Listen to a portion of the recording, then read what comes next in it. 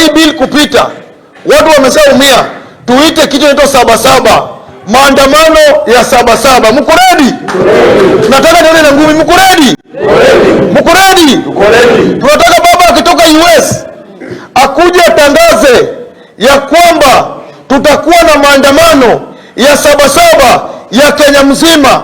Hii itashinda enzi Orengo, Matiba, wakina nani, akina Sukuku. Hii itakuwa kubwa kwa sababu kila mtu atakuwa ameumia.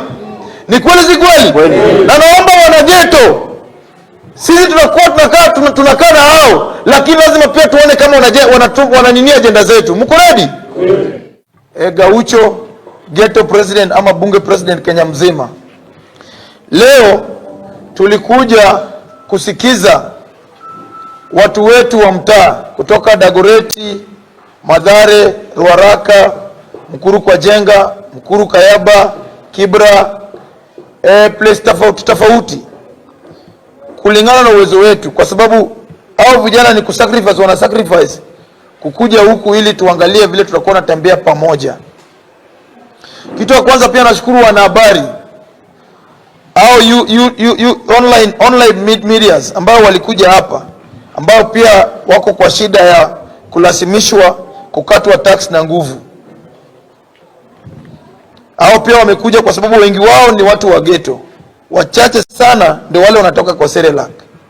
Lakini wengi wao ni wale watu wamesoma, wamekosa nafasi kwenda Citizen, NTV ama mahali pengine, kwa sababu Kenya hii ili upate kazi ni unajua nani na uko na nini. That's why walikuja wakaona ya kwamba wacha wakopese simu waanze kujitengenezea hao kazi, then government bado wamewafuata huko. Itawezekana? Haitawezekana. Itawezekana? Haitawezekana.